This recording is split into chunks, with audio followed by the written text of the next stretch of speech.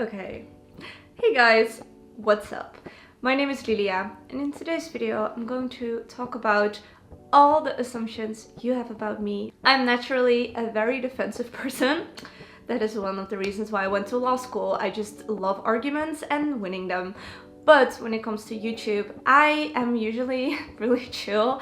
Like, if someone would post a hate comment, I, just let it go and never respond because I just don't want to engage in negativity, and instead I spend all my time trying to respond to all of the beautiful and sweet and kind comments you leave me, which is usually the majority of the time, so I'm very fortunate for that. But I thought that this video would be a good opportunity for me to kind of talk about the stuff you guys think about me that is maybe not as nice and positive. So if you're interested in that, then definitely keep on watching. Your family has a lot of money. This is probably the assumption I received the most. A lot of you guys think that I come from a very rich and wealthy family. I think it is partly true. I definitely don't come from a family of money. I've been raised by my single immigrant mom. She moved from Russia to the Netherlands when she was 24. My mom moved to the Netherlands without any money. Like, she didn't have any money. She didn't speak Dutch. She didn't even speak English. And she did study architecture in Moscow, but she didn't finish her degree. So yeah, because she was very smart and a very hardworking woman, she was able to get a job at the architecture firm in Amsterdam, and after a while she worked there for a couple years. She decided to start her own business as a graphic designer, and now I think she has been living in the Netherlands for 30 years, something like that, like such a long time, and she has a successful business. And obviously, being her child, I definitely benefited from that. I wouldn't say that my mom is, rich by any means. We're definitely middle class, but I was always able to, live in a home. I was able to just live a comfortable life, and I think that's already, in a way, kind of rich, if that makes sense. In no way was I spoiled, and my mom would always make sure that I would know the value of money. And also, she never really bought me like a lot of toys and stuff like that. Instead, she would always focus on investing the money she had in my education and my skills. She was one of those Russian moms that was so obsessed with me being like a well-rounded lady that she signed me up for a lot of different classes and a lot of different like sports and things like that. When I was younger, I had piano lessons, I had Russian classes, I had figure skating, I had ballet, I had tennis, I even did circus school, yes, very random, and I had art classes too. She made sure that the money that she would spend on me would not go into materialistic stuff, but instead into my education and becoming a very cultured and civilized lady, and hopefully I became that. I'm not sure. I'm very grateful now that I'm older that my mom spent so much of her time and money on me and on my education and my skills rather than on just materialistic goods. This is also a good transition to the second most commented assumption, which is that I am very rich. I'm definitely not very rich. I started working when I was 15, and after that I never stopped. So I worked at a supermarket for a few years in the Netherlands. I also worked at a local drugstore, and after that I worked at my mom's company as a creative assistant and also as an editor. After having all those jobs, I kind of realized that I wanted to be my own boss, and at the same time I also started social media, and after investing all my spare time aside from law school into that, I started earning money from it, and I decided to make it into a business. And then 2 years later, I also decided to open my own stationery web shop because I could never find the perfect stationery for students that was very practical but also aesthetically pleasing. And that is why I feel like I've always been quite good with money. And because my mom also had her own business, I always had a very entrepreneurial mindset from a young age. So I was always very motivated to be my own boss and to earn my own coin. And I try to save most of my money, and the money that I do spend, I like to invest back into my business. And yeah, sometimes I do like to buy a new designer bag, but that usually happens like once or maybe twice a year. Usually after I hit a certain milestone. Before I move on to the next assumption, I just quickly want to say that I think it is so sad that people think that if someone is successful, that is probably because they have a rich parent supporting them or they get money from someone, and you know, not that they just worked hard for it themselves. When I see a person that is successful, I am just curious about how they did it, rather than focusing on did the person get the money themselves or was it another person that helped them out, if that makes sense. I think, you know, obviously there are successful people out there that, you know, are mostly successful because their parents have been rich, but I think especially in this day and age, a lot of people are self-made. A lot of young entrepreneurs just make it with a lot of hard work, creative ideas, and willpower, and I think that's very inspiring and motivational. And I wish that people would focus more on that, especially if it's a successful woman being teared down by other women, because I honestly think that we should support each other 100%. Yeah, that's just my perspective on it. You can be brutally honest. Oh my god, this is so true. I think this is kind of a Dutch thing. It's called Dutch directness. Dutch people can be very like in your face, saying what it is. Whenever someone asks me my opinion, I'm going to give it to them straight, and I am not going to kind of make it nicer than it should be. You have a detailed plan for 10 years ahead.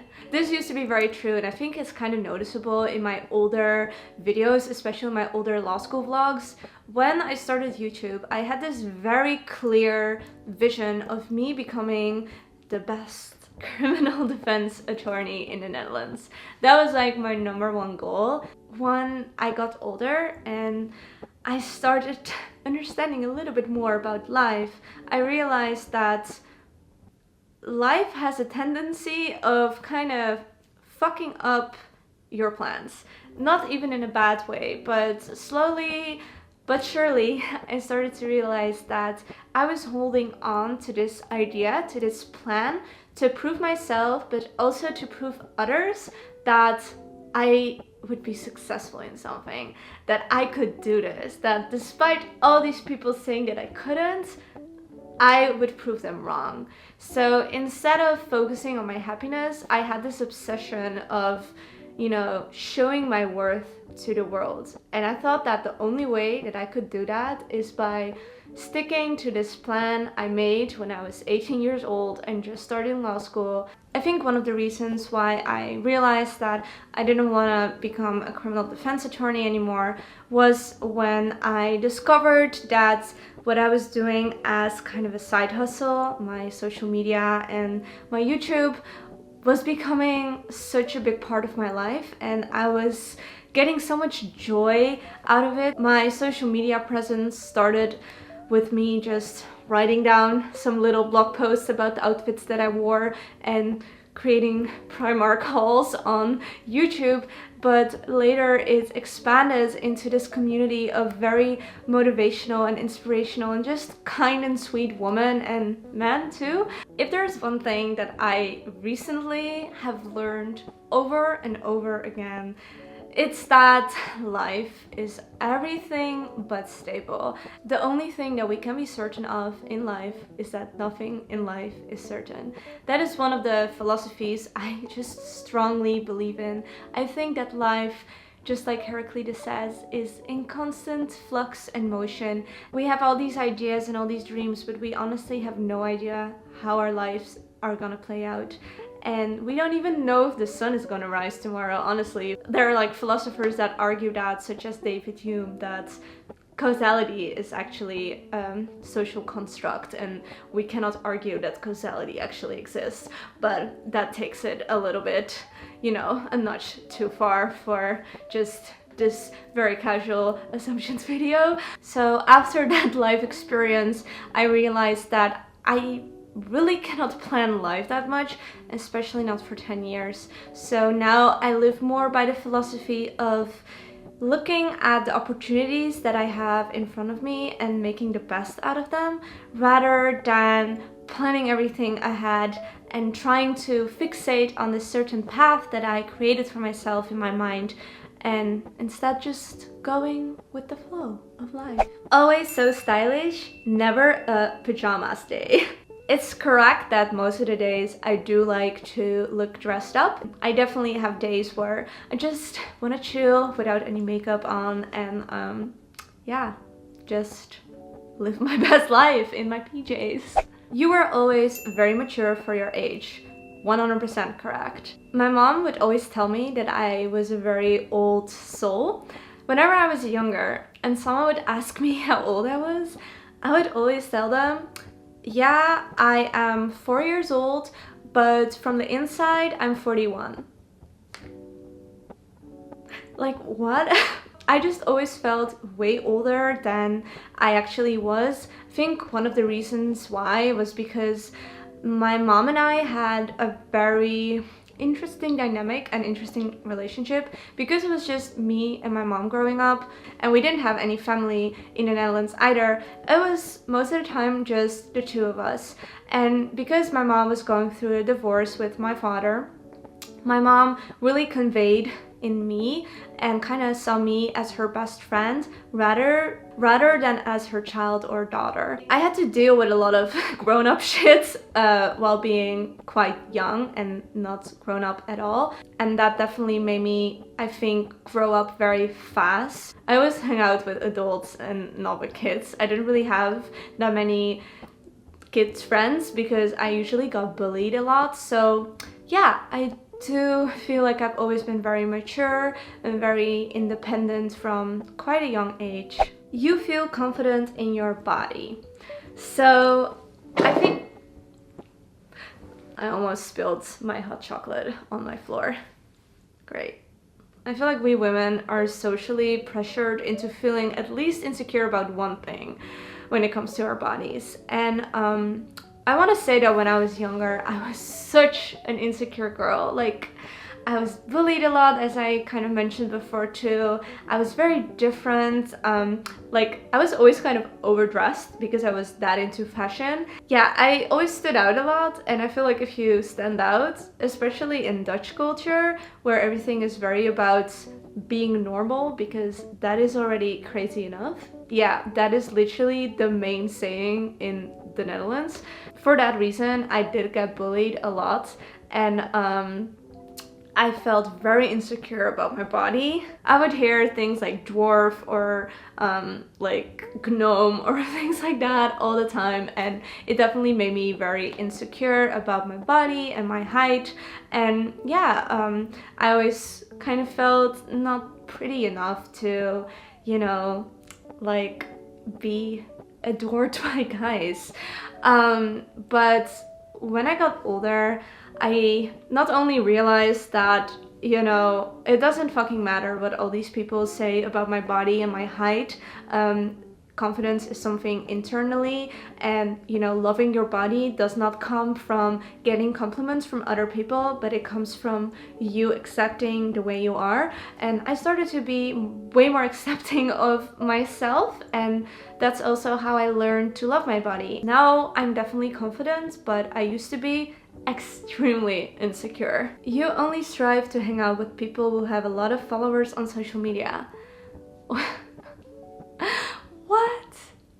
Really? Oh my god. I feel like if you even follow my vlogs, you know that I have some friends with followers, but I also have friends without following, so I think that is just ridiculous. You are extremely smart and intelligent and got good grades in law school. Yes, I think that's true. I don't think I'm extremely intelligent, but I did get good grades in law school, both in the US. I had mostly A's and some B's, and in the Netherlands too, I had average grade of 8.0 out of 10. So yeah, I definitely had good grades in law school. You're scared to go out of your comfort zone. True. I think it is very human and very natural to be afraid to get out of your comfort zone, or at least it is for me. I feel like we as human beings like being in our comfort zone because it's comfortable. And getting out of your comfort zone asks a lot of energy and willpower and strength and courage, and you know, that's hard. It's not easy. But what I can say is, even though I don't like getting out of my comfort zone, I've done it quite a bit over the last years. I think the biggest out of my comfort zone thing I've ever done is leaving everything in my life behind and moving to the US, and then deciding to be persistent about living in the US and trying to build a life for myself here. If I get my visa, still waiting. Fingers crossed. I do think that I don't like getting out of my comfort zone, but I am aware of the importance of getting out of your comfort zone if you want to grow as a person. So guys, I've been talking to this camera for I think 2 hours, which is crazy. So I'm going to end this video right here. Behind every person there's a story we have no idea about. So I think it's always good to be more open-minded and not assume too much about people. So with that being said, I'm going to sign off. If you like this video, give it a thumbs up, because then I will film more videos for you. And don't forget to subscribe if you want to see more of me.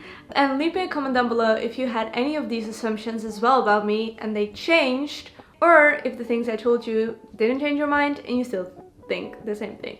But yeah, time to go now. Bye guys!